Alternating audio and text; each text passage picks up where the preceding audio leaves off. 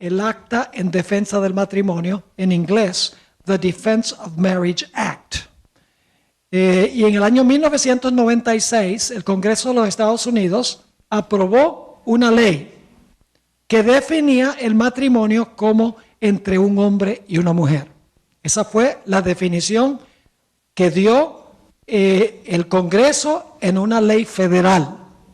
Claro, inmediatamente esta ley fue cuestionada por los que aprueban el matrimonio homosexual, el matrimonio gay.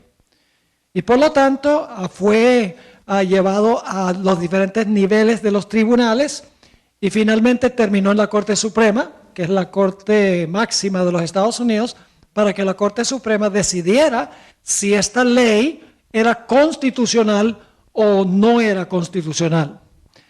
Es interesante notar que el presidente Bill Clinton, quien fue presidente durante 2 periodos en los Estados Unidos, quien es bautista, supuestamente los bautistas son conservadores teológicamente, defendió a capa y espada esta ley en 1996. Él presionó para que el Congreso emitiera y aprobara esta ley definiendo el matrimonio entre un hombre y una mujer. Pero con el cambio de los tiempos, el presidente Clinton ha tenido un cambio también. Y hoy, como ya el matrimonio gay es un asunto mucho más aceptable, él ha dicho que su apoyo de esta ley fue uno de los mayores errores de su presidencia. Y ahora Bill Clinton aprueba el matrimonio entre homosexuales. En aquel tiempo, en 1996, no le convenía apoyar esta ley porque la sociedad de los Estados Unidos estaba todavía en un nivel donde no estaban a favor la mayoría del matrimonio gay. Pero con el transcurso de 1996 hasta el 2013, ya la sociedad americana, como resultado de lo que han hecho los medios de comunicación, el sistema de educación, etcétera, martillando y martillando que este matrimonio es normal, la sociedad había cambiado y por fines políticos el presidente Clinton cambió también su parecer, tuvo una conversión, por así decirlo, y ahora él aprueba el matrimonio entre homosexuales. Esa fue la primera ley que se llevó a la Corte Suprema. La segunda ley es una que se conoce como la Proposición número 8. Es en el estado de California, donde vivo yo. Allá muchas leyes se hacen por referendo. Es decir, cuando viene la elección, se presenta una ley en potencia al público, el público vota, si la mayoría aprueba esa ley, llega a ser ley. Y así fue que en el año en el año 2012, o 2008, en California se llevó esto en referendo a los habitantes de California y por un margen de 52% a 48%, el referendo ganó, definiendo el matrimonio como entre un hombre y una mujer. Es decir, la Proposición 8, el público se pronunció por referendo de que el matrimonio debe ser entre un hombre y una mujer. Inmediatamente esta ley fue votada por mayoría, fue llevada al Tribunal del 9º Circuito de la ciudad de San Francisco. La ciudad de San Francisco es la capital de los gays en los Estados Unidos.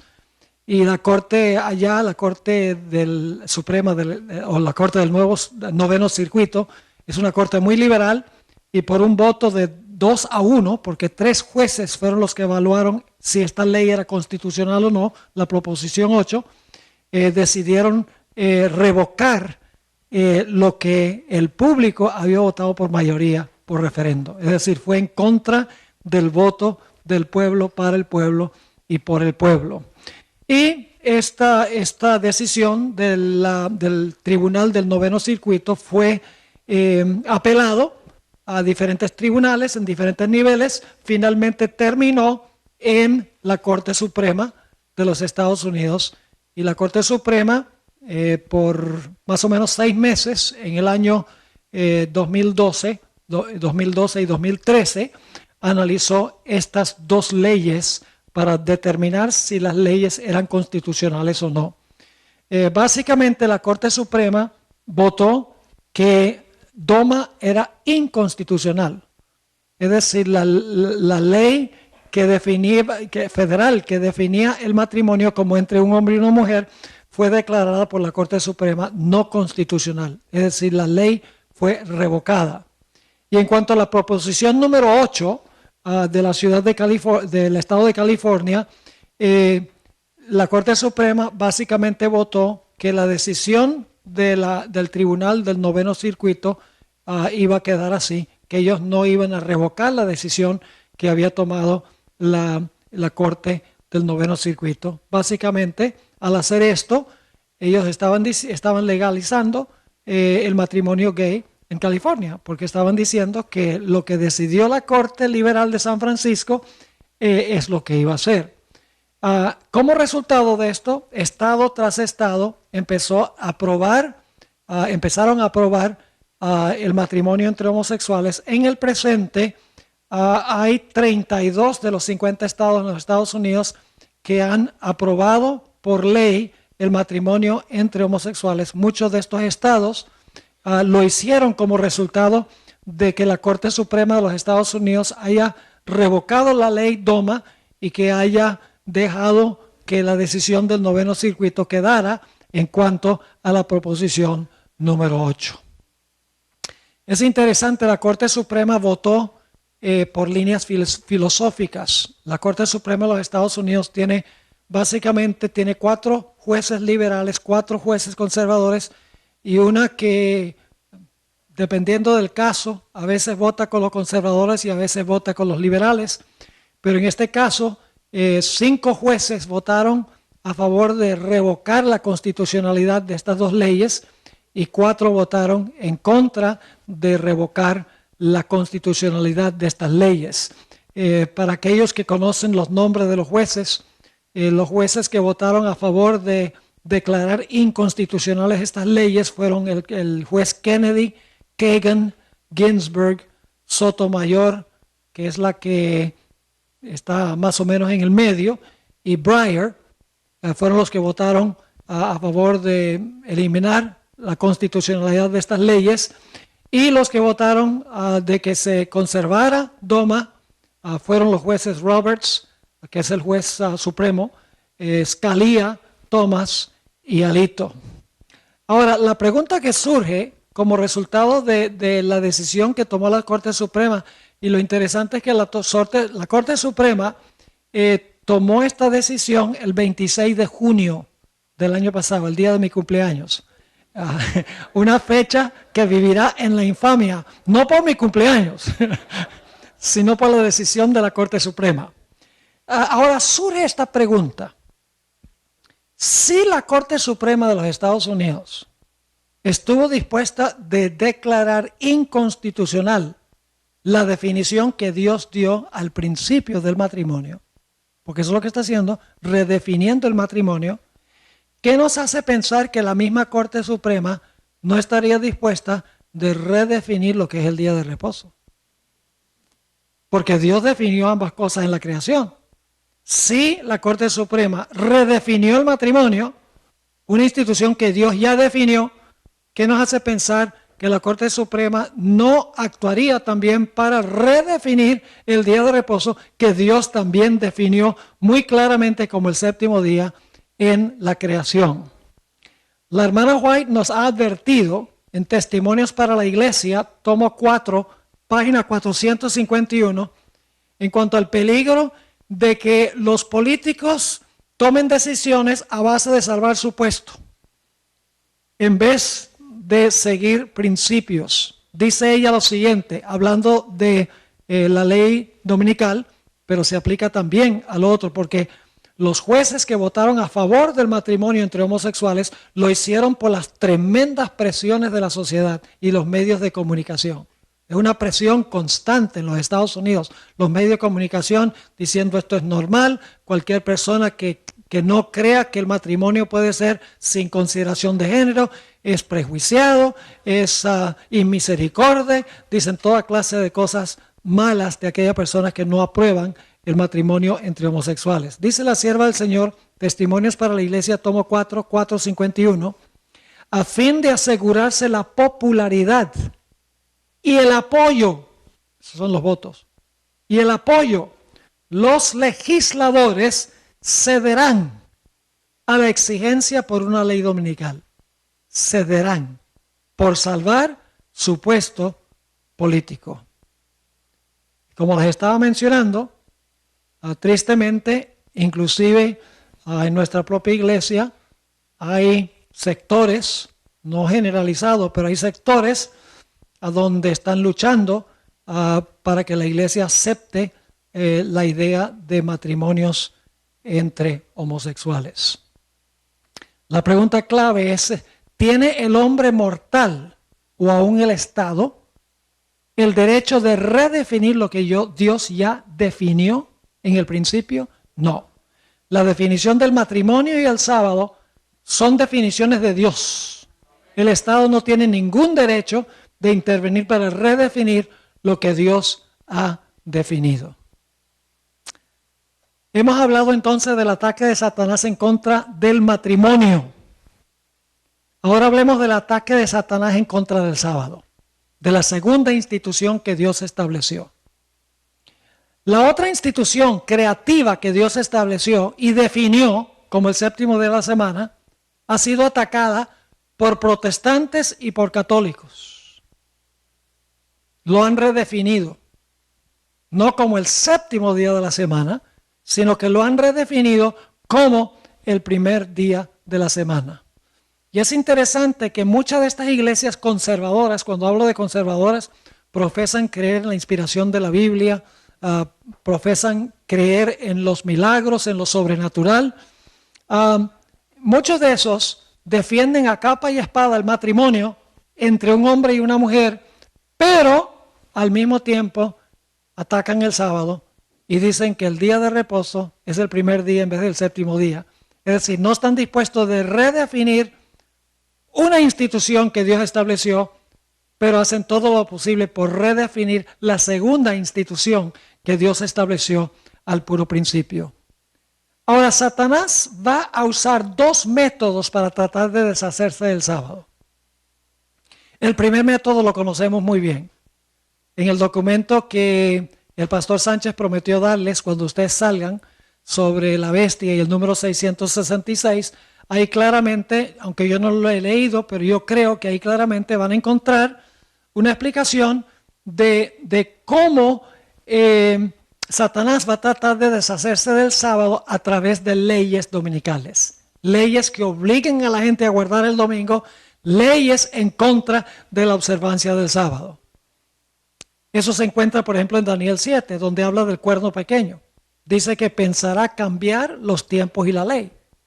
Y en Apocalipsis 13, de lo cual hablaremos Dios mediante mañana, en Apocalipsis 13, dice que la bestia, que es lo mismo que el cuerno pequeño, va a imponer la marca de la bestia. O sea, su marca la va a imponer, y cualquiera que no esté dispuesto de recibir la marca, no podrá comprar ni vender, y finalmente dice que será sentenciado a muerte, según Apocalipsis el capítulo 13.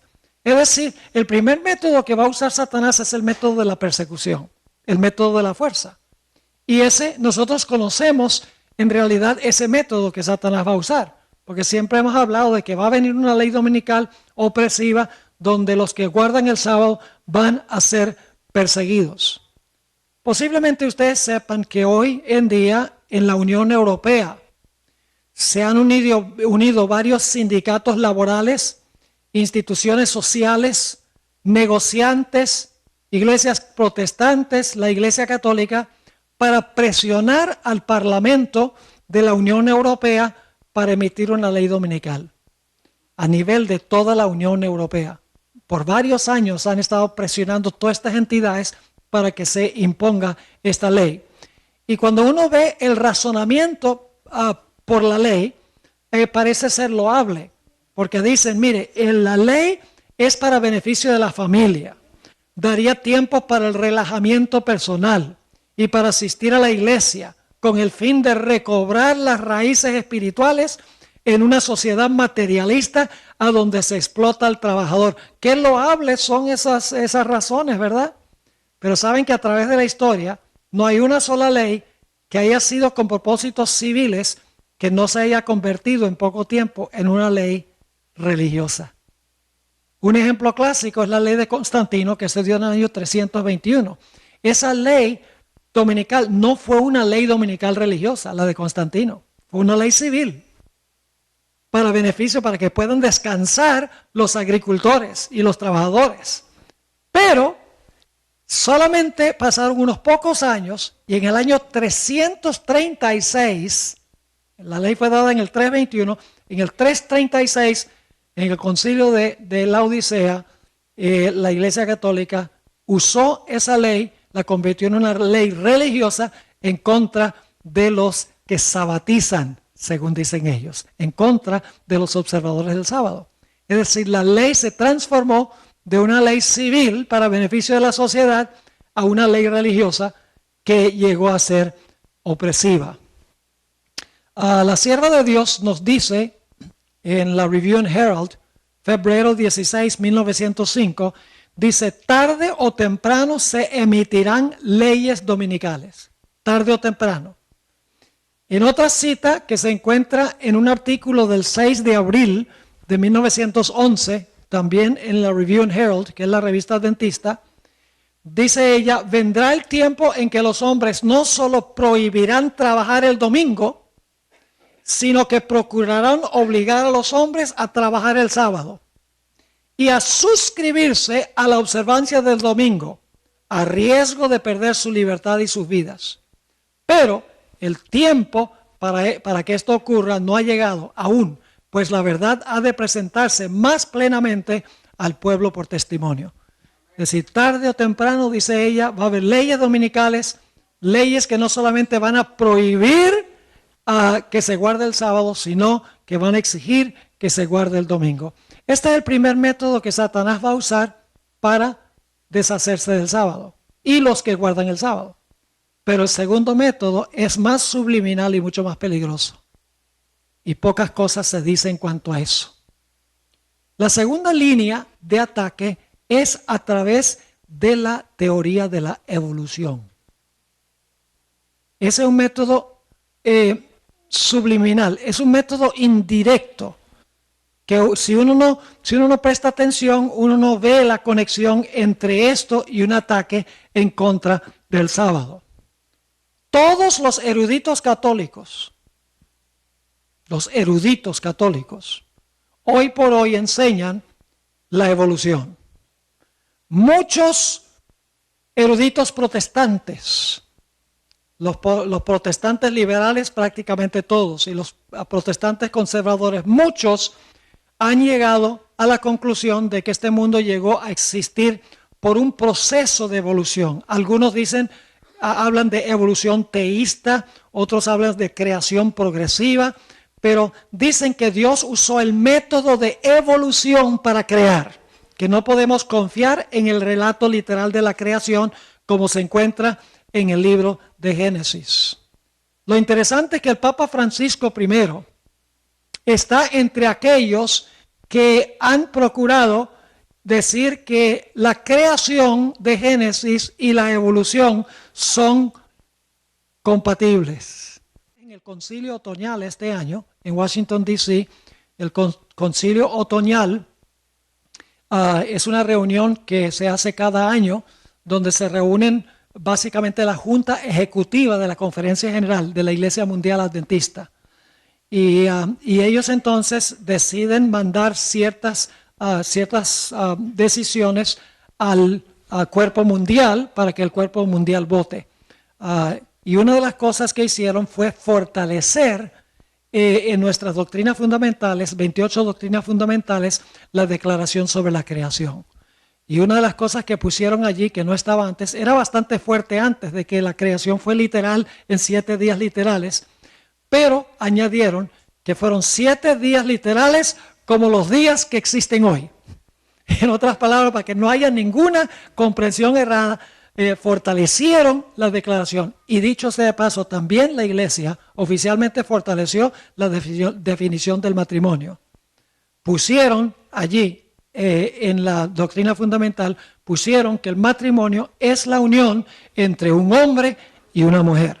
Claramente lo pusieron, y eso se va a referir el próximo año a la conferencia general en San Antonio, a donde la delegación de todo el mundo, que son más de 2,000 delegados, van a tomar lo que se recomendó de parte del concilio anual para luego votar, ya sea a favor de adoptar esa terminología o no votar a favor. La vasta mayoría del mundo va a votar a favor de fortalecer la definición que da la iglesia del matrimonio y lo que cree la iglesia en cuanto a la creación. Gracias a Dios tenemos un gran presidente de la conferencia general, un hombre que teme a Dios, que ama a la iglesia, que quiere reavivamiento y reforma y quiere que la iglesia se atenga a sus raíces, que no abandone sus raíces teológicas. Debemos orar por él porque tiene presiones inmensas ahora de muchas diferentes partes. Permítame hablar un poquito sobre el concepto que tiene Francisco I de la creación y su relación con la evolución. Y antes de decir esto, yo quiero decir que el Papa es un camaleón. Esta es la mejor forma que lo puedo describir. Y la hermana White describe el papado. Ella dice, bajo la apariencia variable del camaleón se encuentra el veneno invariable de la serpiente. Así que no soy yo el que lo está diciendo, lo dice la sierva del Señor. Posiblemente ustedes se han dado cuenta que recientemente cuando le preguntaron qué dice él del matrimonio gay, él dice, bueno, ¿quién soy yo para juzgar? Y le voy a leer una cita sobre la creación. Cuando le preguntaron sobre la creación, él dice, no, dice, la creación y la evolución son perfectamente compatibles. Porque él quiere complacer a la iglesia y él quiere también complacer a los científicos. Y quiere complacer, o sea, en forma indirecta, cuando dice, ¿quién soy yo para juzgar? Él no está diciendo yo estoy a favor o en contra. Sencillamente está dejándolo en el aire porque él quiere complacer a ambos grupos. Esa es la forma de obrar los jesuitas. Mañana les voy a hablar de eso. Él es el primer jesuita en 500 años en ser papa. La Iglesia Católica nunca quería meter un jesuita ahí como papa, porque los mismos católicos le tienen miedo a la secta de los jesuitas. Pero finalmente terminó allí y él lo que está haciendo es tratando de complacer a los científicos, de complacer a los medios de comunicación, al mismo tiempo mostrar que él es el conservador para entonces echarse todo el mundo al bolsillo. Esa es la estrategia. Ahora déjenme leerles algunas citas que mencionó, que son citas directas de Francisco I. Dijo lo siguiente: cuando leemos el relato de la creación en Génesis, corremos el riesgo de imaginar que Dios fue un mago que con su vara mágica fue capaz de hacer todo. Pero no es así. Él creó la vida y permitió que cada criatura se desarrollara según las leyes naturales que les dio a cada uno. Es decir, Dios en cada ser puso el mecanismo de la evolución para que ese ser pudiera evolucionar. ¿Ve? Dios fue el creador porque Él puso el mecanismo de la evolución.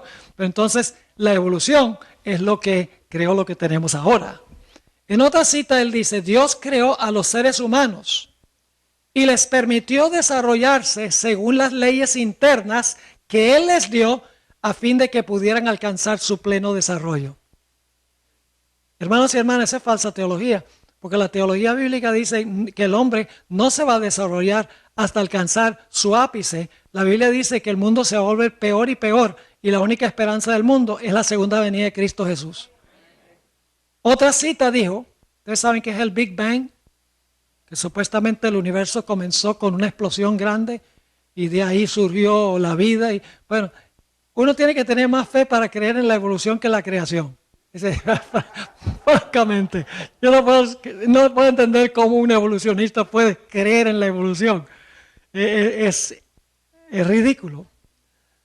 Dice lo siguiente, el Big Bang que hoy aceptamos como explicación para el origen del mundo no contradice la intervención de un creador divino, sino que la requiere. Es decir, el Big Bang exige a un creador, porque después de la explosión el creador entonces pone todos los mecanismos para que pueda haber evolución. En otra cita dijo, la evolución en la naturaleza no es incompatible con la noción de la creación, pues la evolución requiere la creación de seres que evolucionan.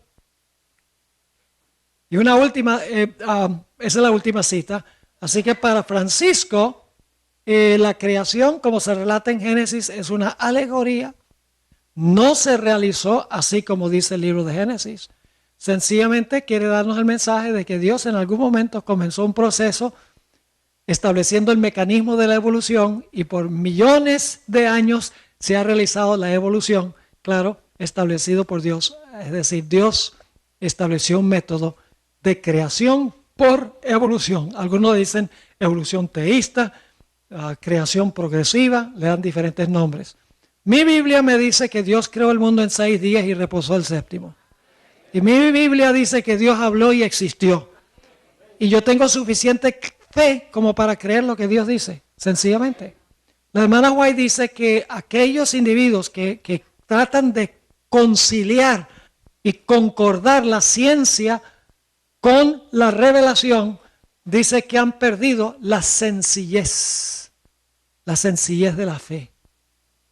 La fe es un don de Dios. Mire, yo no necesito que alguien que me compruebe usando diferentes argumentos de que Dios fue el creador. Ya para mí eso quedó resuelto hace muchísimo tiempo en mi mente. Yo sencillamente acepto el relato bíblico como cierto, tengo fe de que pasó así y duermo muy bien. No tengo ningún problema. Yo le digo a la gente, bueno, si tú quieres creer que viniste del mono, esa es tu prerrogativa. Pero yo vine de las manos del Creador. Si tú crees que viniste del jardín del zoológico, está bien, pero yo vine del jardín del Edén. Ahora escuchen bien. Las implicaciones de esto son muy serias. Porque si el relato de la creación no pasó como está en Génesis, no hay ninguna base para creer que el matrimonio debe ser entre un hombre y una mujer. Porque eso se basa en la aceptación de un relato literal de la creación. Si la creación no fue como dice Génesis, ¿qué base tenemos para decir que el matrimonio debe ser entre un hombre y una mujer? Aún más serio que eso, si Dios no creó el mundo en 6 días y reposó el séptimo, ¿qué base tenemos para usar el libro de Génesis para decir que el sábado es el día que debemos guardar como día de reposo? Es decir, Satanás, mis hermanos y hermanas, ha hecho lo posible por crear esta teoría de la evolución para descartar el relato de Génesis, para que la gente esté dispuesta a aceptar otra definición del matrimonio y otra definición del día de reposo, porque si lo que relata Génesis no pasó así, no hay base para arguir de que el matrimonio debe ser como lo creó Dios o el sábado debe ser como Dios lo creó. Esa es la forma subliminal e indirecta en que Satanás está obrando. Y lo que Satanás está tratando de hacer es minar la confianza de la gente en la palabra de Dios. En el libro Conflicto de los Siglos 6:13 y 6:14, dice la sierva del Señor, Satanás hace creer al mundo que la Biblia no es más que una ficción, o cuando mucho un libro apropiado para la infancia de la raza, del que se debe hacer poco caso ahora o ponerlo a un lado por anticuado. Y para reemplazar la palabra de Dios, ese mismo Satanás ofrece sus manifestaciones espiritistas. Es decir, trata de llevar a la gente a depender sobre sus emociones, sus sentimientos, sus experiencias subjetivas, porque Satanás puede controlar así a la persona completa y totalmente, porque no hay ninguna norma externa por la cual probar su experiencia para saber si es de Dios o no. Y ese tema lo vamos a tratar Dios mediante pasado mañana. La importancia de las Escrituras en estos últimos días en la crisis final. Ahora, ¿qué va a causar la desintegración de la sociedad? ¿Qué causa la desintegración de una sociedad? Dos cosas. Número uno, la destrucción del matrimonio. Como va el matrimonio, así va la sociedad, el país y el mundo. Así que la primera línea de ataque de Satanás es para desintegrar la sociedad a nivel horizontal, es atacando el matrimonio. Como les mencioné antes, el 41% de los bebés que nacen en los Estados Unidos nacen de madres que no están casadas. Más del 50% de los matrimonios terminan en divorcio y muchos de ellos están separados y no se han divorciado. Y además de eso, muchas veces los hijos son educados mayormente por la televisión, por los juegos de video, por su iPhone, etc. ¿Qué clase de sociedad puede uno esperar cuando los niños no tienen una madre en el hogar que atienda a los niños? Yo quiero decirles, yo admiro mucho a las madres que hacen homeschool para sus hijos. Es una cosa peligrosa mandar a los hijos a las escuelas públicas hoy en día. Se los digo sinceramente, porque los valores que se están enseñando ahí son terribles y las influencias son devastadoras para la familia. Si hubo un tiempo, hermanos y hermanas, en que debemos reunir a nuestros hijos cerca de nosotros y enseñarles y cuidarlos y adiestrarlos y educarlos, es ahora. Porque la sociedad y el mundo y los medios de comunicación, las películas de Hollywood, la música, todo está hecho para apartar a nuestros hijos, a nuestros jóvenes de Dios. Y eso es exactamente lo que está sucediendo. Satanás tiene como primera línea de ataque el hogar, el matrimonio, la familia. Pero hay un segundo factor que causa que se desintegre la sociedad y es que se pierde el respeto a Dios. Ya esa es una razón vertical. La familia es horizontal, la sociedad. Pero Satanás sabe que él tiene que minar la confianza de la gente en Dios como el Creador, en la grandeza de Dios, que le debemos nosotros a Dios respeto, que le debemos reverencia, porque Él es el gran Dios, el Creador. Y lo que ha hecho Satanás es llevar a la gente a pensar que Dios es uno tal cual como nosotros. Hoy en día, mis hermanos y hermanas, la adoración, el estilo de adoración en las iglesias, inclusive muchas iglesias adventistas, se centra en el adorador, no se centra en el que adoramos.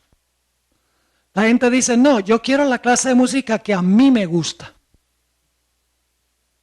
Yo quiero que se predique lo que a mí me gusta. Yo quiero venir vestido como yo me siento cómodo. Es decir, el culto se ha vuelto un culto en honor al adorador, en vez de un culto al que se adora. Cuando nosotros venimos a la presencia de Dios debemos venir con respeto. Es el gran Dios, es el creador del cielo y la tierra. Debemos vestir como si venimos a encontrarnos con el gran Dios. Debemos usar la música más sublime que honra y glorifica a nuestro Dios. Debemos adorar a Dios en la hermosura de la santidad, dice la Sagrada Escritura. No se trata de nosotros, yo voy a adorar como a mí me gusta, como a mí me hace sentir bien. No, ese no es el propósito de la adoración. El único propósito de la adoración es rendirle a Dios la honra, la gloria y el culto que Él se merece por la grandeza que Él tiene. Así que Satanás lo que está haciendo es causando que la gente pierda su reverencia a Dios. Ahora yo pregunto, ¿cuál es la señal que Dios ha dado para que nosotros recordemos que Él es el gran creador ante quien tenemos que rendirle cuentas? El sábado. Así que el diablo dice, si puedo destruir el sábado, voy a causar que el hombre olvide a aquel a quien apunta el sábado. La sierva de Dios dice que si el sábado siempre se hubiera observado, no habría un infiel, ni un ateo, ni un incrédulo. porque siempre recordarían que Dios es el gran Dios, el eterno Dios. Así dice que Satanás tiene un doble ataque. Él dice, yo ataco el matrimonio y destruyo el nivel horizontal de la sociedad, y ataco el sábado y destruyo la relación vertical con Dios, atacando las dos instituciones que Dios hizo en la creación. Ese es el punto de ataque de Satanás. Quiero leerles una cita que conseguimos en el Conflicto de los Siglos, página 649. Y ustedes dirán, wow, ¿será posible que pase esto? Va a pasar.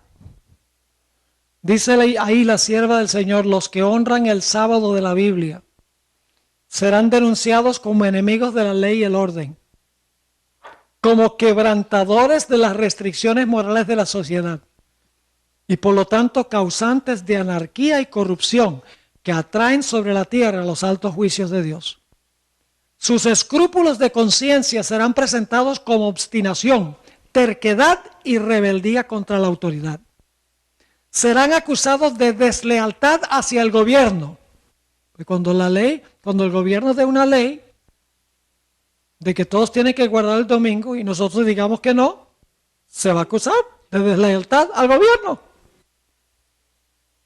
¿Es así o no es así?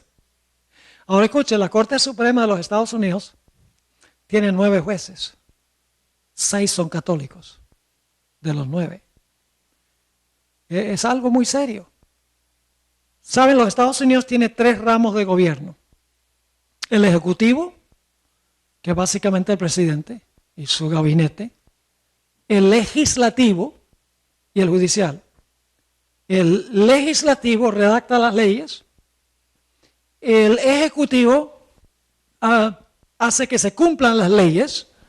Y el Poder Judicial, la Corte Suprema, interpreta las leyes para decidir si son constitucionales o no.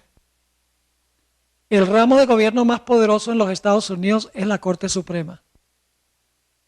Y les voy a explicar por qué. Yo no sé si ustedes recuerdan la elección del año 2001, cuando no se sabía quién había ganado la elección en los Estados Unidos por un problema que tuvieron en la Florida. ¿Recuerdan las tarjetas con los ponchecitos? Y estuvieron varias semanas así, que lo llevaban a un tribunal o otro tribunal, abogados aquí, abogados allá. Y el caso fue a la Corte Suprema. Y la Corte Suprema dijo, George Bush es presidente de los Estados Unidos. La Corte Suprema eligió al presidente de los Estados Unidos. Así de poder tiene la Corte Suprema de los Estados Unidos. Ahora yo pregunto, en los Estados Unidos hay una primera enmienda a la Constitución que dice que el Congreso no puede hacer ninguna ley que establezca religión. O sea, el Congreso no puede hacer ninguna ley que haga una ley, o sea, una ley donde usted tiene que hacer algo religioso. Y la segunda cláusula dice que el Congreso no puede hacer ninguna ley que prohíba que usted practique su religión. Es decir, no puede hacer observancias religiosas que obligue a la gente a cumplir ciertos requisitos religiosos, ni tampoco que la gente practique su religión. Es decir, el Congreso está prohibido meterse en el asunto de la religión. Yo pregunto, tomando en cuenta eso, ¿sería inconstitucional una ley dominical en los Estados Unidos? ¿Sería inconstitucional? Claro que sí. Hasta un niño puede entender que una ley dominical es establecer religión. Yo pregunto, ¿una ley que prohíba la observancia del sábado sería inconstitucional? Claro, porque no puede hacer ninguna ley que prohíba que la gente practique su religión. Decir que no pueden guardar el sábado está prohibiéndoles que ellos observen su religión. Estas leyes serían claramente inconstitucionales. Pero ¿qué sucede si la Corte Suprema declara que leyes inconstitucionales son constitucionales? La ley va, aunque sea inconstitucional. Y la declaración de la Corte Suprema no se puede apelar. Es el último tribunal de apelación. Ahora podemos entender un poquito más lo que vamos a estudiar en detalle mañana en la noche. Que hay una bestia que tiene 2 cuernos como de cordero. pero habla como un dragón. ¿En qué se parece un cordero a un dragón? En nada. Pero aquí tenemos esta bestia que tiene los cuernos como de cordero, pero se porta como un dragón. Eso es lo que va a pasar. En los Estados Unidos no se va a eliminar la primera enmienda de la Constitución. O sea, no se va a eliminar lo que dice que el Congreso no puede hacer ninguna ley que establezca religión, ni puede prohibir que usted practique su religión. Eso va a quedar en la Constitución. Pero lo que va a pasar es que la Corte Suprema va a declarar que leyes que no son constitucionales, en realidad son constitucionales. Y de esa manera esa nación, que tiene esos dos cuernos como de cordero, que representa libertad civil y religiosa, separación de la iglesia del Estado, va a terminar estableciendo religión y prohibiendo la práctica de la religión, contradiciendo su propia característica. Mañana vamos a estudiar un poquito más ese asunto. Sigue diciendo, sus escrúpulos de conciencia serán presentados como obstinación, terquedad y rebeldía contra la autoridad. Serán acusados de deslealtad hacia el gobierno. Ahora fíjense quiénes especialmente lo van a hacer. Los ministros que niegan la obligación de observar la ley divina predicarán desde el púlpito que hay que obedecer a las autoridades civiles porque fueron instituidas por Dios y fueron establecidas por Dios. Pero no para meterse en religión, para gobernar en asuntos civiles, sí, pero no para meterse en asuntos de religión. Hay que dar a César lo que es de César y a Dios lo que es de Dios, no juntos sino separados. Los ministros que niegan la obligación de observar la ley divina predicarán desde el púlpito que hay que obedecer a las autoridades civiles porque fueron instituidas por Dios. En las asambleas legislativas y en los tribunales de la justicia se calumniará y condenará a los que guardan los mandamientos de Dios. Se falsearán sus palabras y se atribuirán a sus móviles las peores intenciones. La gente en la oficina, yo represento un ministerio que se llama Secrets Unsealed. Comenzamos hace unos 10 años. Comenzamos en 2 cuarticos de la iglesia, una cosa pequeña, pero ha crecido una barbaridad. Ahora tenemos 10 empleados, tenemos nuestro propio edificio, estudio de producción, etc. Y la gente que trabaja allí siempre vive diciéndome, pastor, cuando venga el asunto de la ley dominical y cuando venga el asunto del matrimonio gay, usted va a ser el primero que van a arrestar. Y yo les digo, eso es cierto, pero como ustedes trabajan conmigo, ustedes se van a la cárcel conmigo. Viene el día en que va a pasar eso. Hermanos y hermanas, si hubo un tiempo en que la iglesia adventista tiene relevancia es ahora. El mensaje del primer ángel. Temed a Dios y dadle gloria, porque la hora de su juicio ha llegado, y adorad a aquel que hizo el cielo, la tierra, el mar y las fuentes de las aguas. Adora al Creador. ¿Qué mensaje tenemos para el mundo? Nosotros no podemos predicar el mismo mensaje que predican todas las demás iglesias. En un tiempo de crisis como este, y nada más estamos predicando lo que predican los bautistas y los metodistas y los presbiterianos. Hermanos y hermanas, no. Dios nos ha llamado a proclamar los mensajes de los 3 ángeles. Y mañana vamos a hablar más sobre los mensajes de los 3 ángeles y la actualidad que tienen estos mensajes para nuestro tiempo en especial.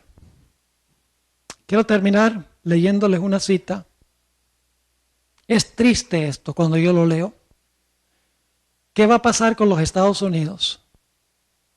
La nación más grande que jamás se haya levantado en la historia es los Estados Unidos.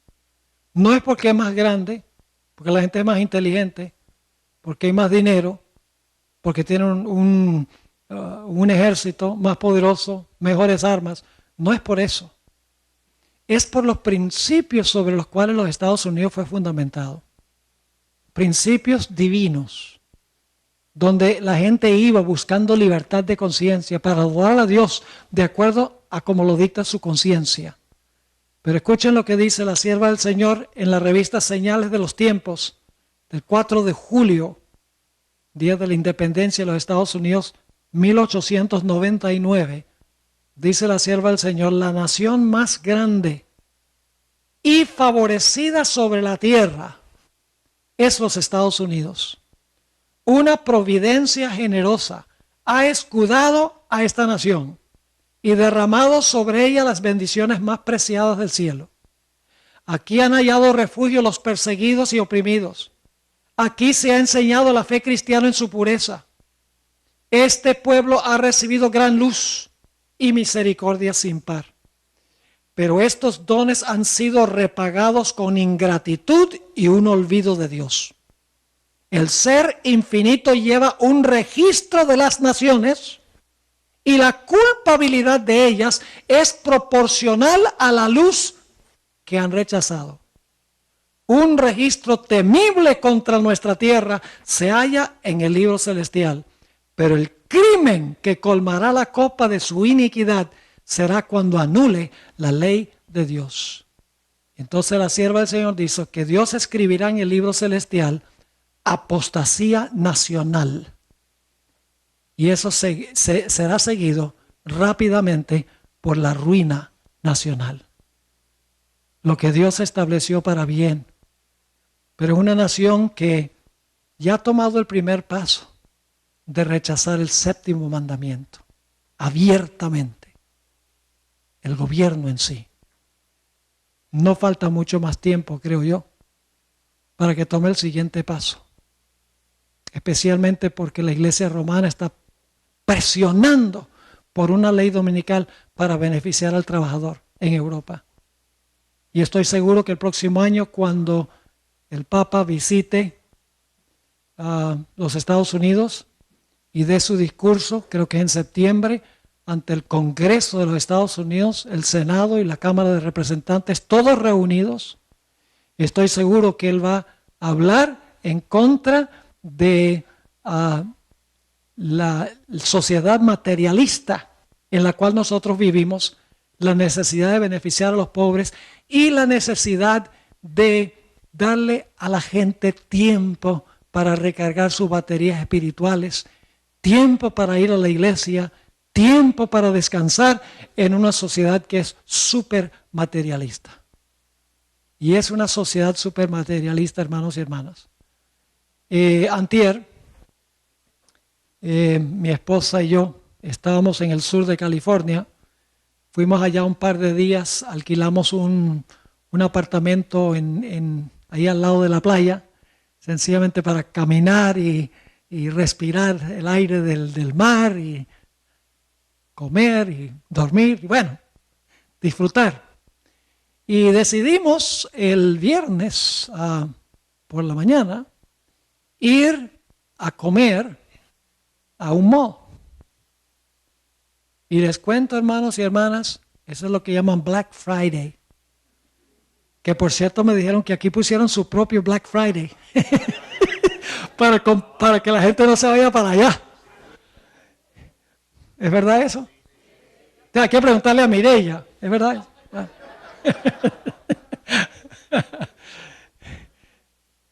Y miren, hermanos, increíble.